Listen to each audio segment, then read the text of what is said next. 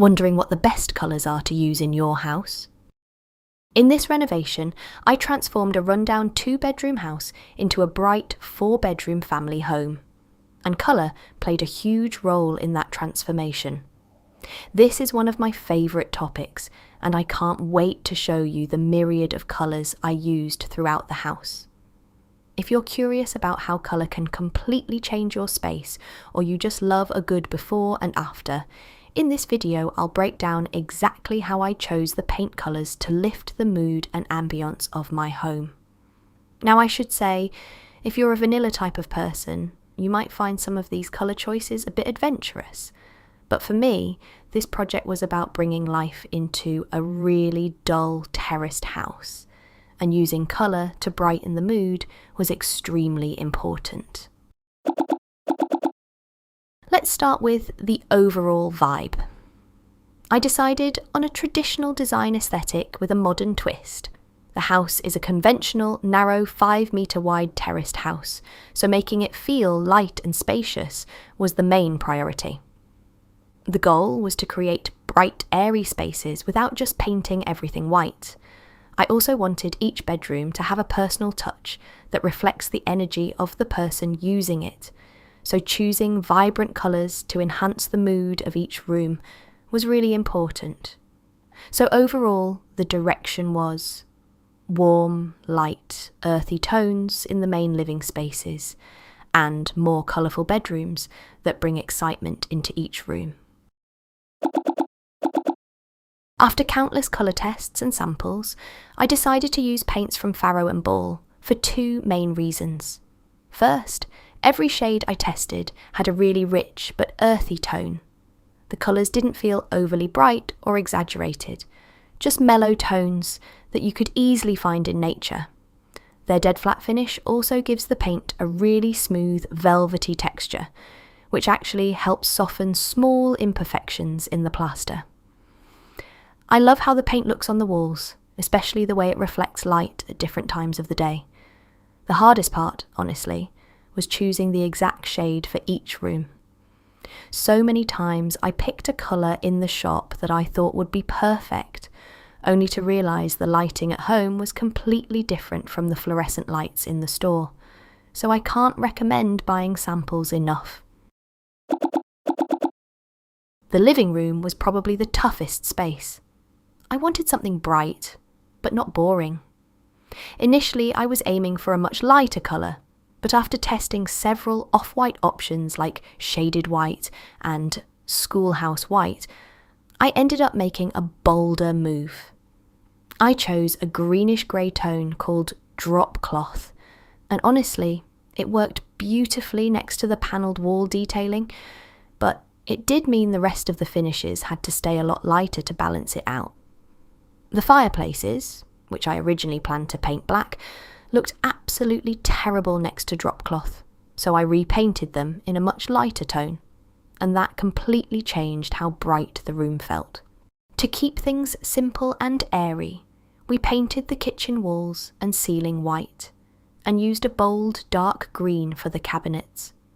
That same green continues into the garden shed and the hallway cabinets.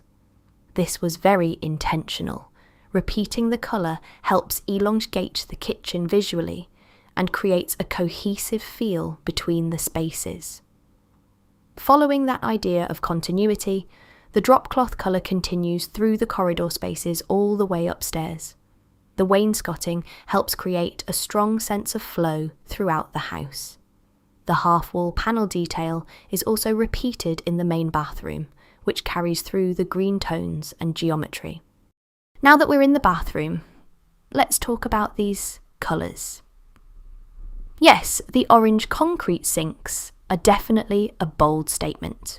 Originally, I bought them thinking I'd place them against a white background, but I realised that white would actually make the orange look even brighter.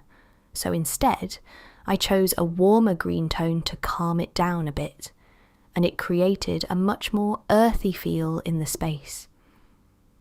To balance the green and orange further, I used an off-white on the walls and ceiling, schoolhouse white, which looks beautiful next to the brass mirrors and handles.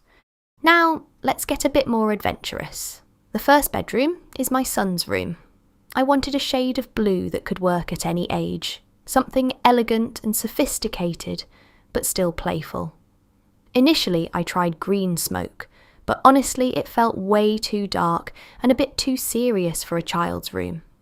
So we went with cloakroom blue, which is a rich tone but still light enough to feel young. Paired with the white ceilings and shutters, it makes the room feel much brighter. For my daughter's room, she was very clear about one thing: pink. And finding the right pink was actually harder than I expected. I wanted something cute, but still elegant. I decided to colour drench the room to make it feel cosier, using 2 tones: pink ground on the ceiling and the upper walls, and tailor tack on the lower walls. I absolutely love how it turned out. The 2 colours create a warm, immersive pink space, and she loves it.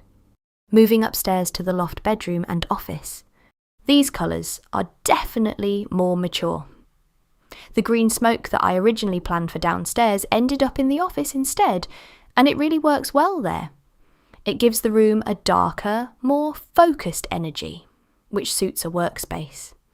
The bedroom uses card room green, a more mature green tone that works perfectly with the lower ceilings and the brass finishes.